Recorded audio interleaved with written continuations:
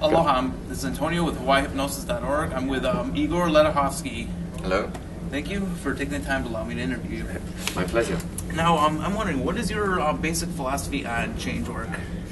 The philosophy is this. People, in the classical, people have all the resources they need to make a change, except that a lot of them are blocked from those resources. So we need to somehow go through that, find that, and let them resolve things.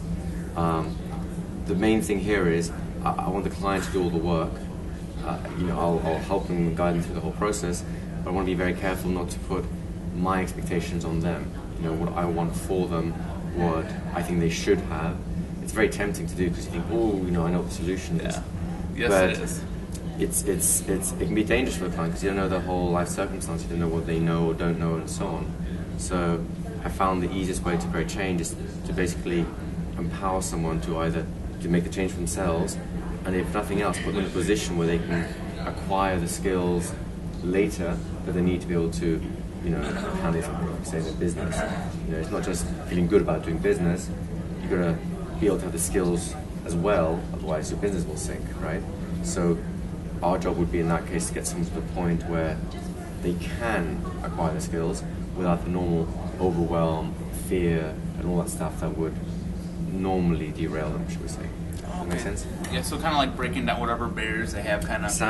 Exactly. So letting them break it. So kind of a metaphor might be is, imagine that you had a vault where you have all the jewels, treasures from your whole history all buried inside.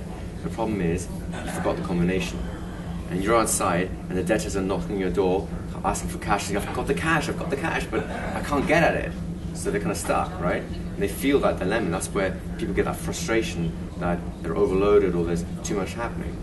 So what we do is we'll say, great, let's have a look at this lock and play around with the numbers a bit until the door clicks open. It's a real smooth process at that point. Once the door is open, they look inside. It's like, guys, just give me a minute. You'll be very happy about this. You know what I mean? Exactly. Yeah, it definitely struck a chord with me. Now, if you had the chance to ask Milton Erickson one question, I'm sure you have many questions you'd like to ask him. Yeah. If you had the chance to ask him one question, like one really pivotal question, what would you ask him? That is an interesting one.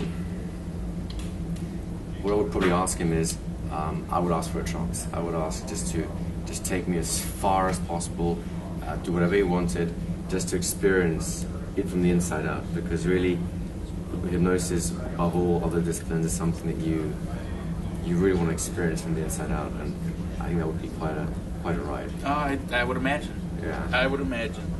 Now, how do you see or would like to see hypnosis progressing over the next couple of years? What I'd love to see is for the general standard hypnosis to go up. There's so much good information out there, so many great hypnotists out there, that I'd like to see, the okay hypnotists either buck their game up because the information is there, the training is available for them, they can go to the next level, or that they just sort of, quit shop and move on to something else. So the general standard in our industry just becomes that much higher. There's a lot of people in hypnosis who really want to help others. I think it's a tremendous thing. And the problem is, with varying qualities of trainings, some people are working the best of their capacities, but it's just that they don't realize that there's so much more out there. So I love that to explode, so people to realize you have choice. You have choice for great quality trainings. And I think part of that is also that we get rid of this whole territorial thing, Ericksonian is best, no, direct is best, no, this is best. Now, indirect doesn't work properly because it's too slow, or direct doesn't work properly because it's too commanding, right? These are all personal opinions that people have. They have nothing to do with reality. I've seen great change work done by totally different schools, so why bother with it? If you like direct hypnosis, go for it. You'll do great work with it. If you prefer the indirect approach, go for it. You'll do great work with that. If you want to blend them together, kind of more what I've done, then fantastic. Do that as well. Why limit the individual? Find the tools that suit you as a person and allow you to be the greatest force for good in someone else's life. And that's what I would really love to see in the hypnosis community. More cohesion, so people get to filter through these different ideas, schools, and so on, and realize that they're all really saying the same thing, just coming from different angles. That's an excellent point. I realized with the master class, I think you had recorded with Jeffrey Stevens. Like, Yes. he's got that very direct attitude. Yes. I've seen him. He's actually done good work with me over Skype. Yeah. Within a great matter hypnotist. of 5 minutes. Yeah, he's a phenomenal hypnotist.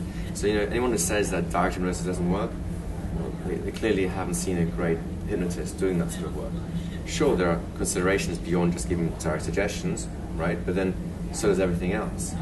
I've just seen great hypnotists in every possible field.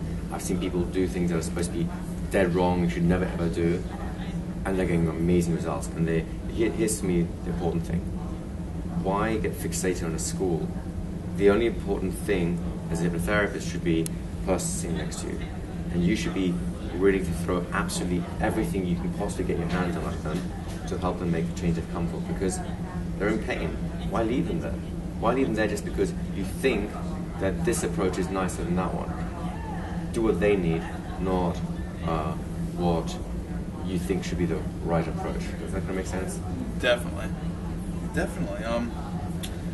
Milton Erickson, he obviously had an influence on you. Huge influence, yeah. If I'm wondering if there's a chance that you're going to come out with a more Ericksonian base training. Yes, I mean, as you're asking that, I have, as you know, right now we're doing the conversational hypnotherapy training, and that's kind of the basic standard what people be able to go through. I think it's pretty advanced. A lot of people are really having a good time. But once we get that sort of standard out, that's kind of what we've been working on the last few years, to get people of a certain standard doing the work, proving how easy it is to hypnose as well. Then the next tier comes. I need to have shall we say, a certain amount of experience with people to be able to do the other stuff. Because the problem with Ericksonian hypnosis is, unless you understand the driving mechanisms of hypnosis really well, because you've got the experience, it can be very wishy-washy, right? Tell a story, you do this, you do that, and it's done, right? And Erickson, talked to people who saw him, he was almost merciless. It was like this steel fist, this tiny little velvet glove. Now, if all you have is a velvet glove and nothing inside it, well, that's good for slapping. It's not good for breaking through on things, right? So I've been waiting for, shall we say, to have enough people that can go that direction. And we've got an advanced Ericksonian hypnosis seminar in the pipeline, which I think will be very exciting. It'll be more the whole storytelling stuff, the crazy tasking and all those sort of things. And I'm looking forward to it. That's going to be... That's one thing I wanted to ask you about was tasking. I thought about that yesterday. There's no tasking in per se in this training. Yeah. And is that because would you consider tasking more of an advanced thing? Yeah, it's because the problem with tasking is this: most people can't think of an appropriate task to give someone, right? So what they end up doing is they get a little schedule of like, okay, we could do task A, B, C, or D. I think I'll give you D today, right?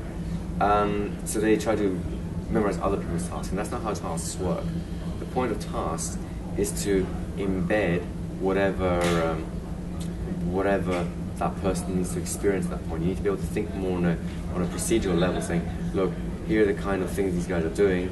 If they're doing this is the kind of thing they need to be doing, and here's another task that, structurally speaking, does exactly the same sort of things. So if they do that long enough, they'll come to a realization, right? And here, the larding task in here is just a very basic task. Things like, you had a phobia, go out and check it, right? You were afraid of doing cold calls. When are you going to do first call? So you do have little tasks to cement in or test for the changes, shall we say. But to go to the therapeutic tasking, you need to have a much more global view of what's going on. You're able to see the client outside the problem more as a process of the problem. Okay. So it requires an entirely different mindset, that's all. Okay, and then I know you got it going. One last question. I want to know, I know a bunch of your people you studied with, Brooks. I've interviewed Brooks. Yeah. I really want to interview Oberdorf. He's fantastic. What other trainers would you recommend people seeking out?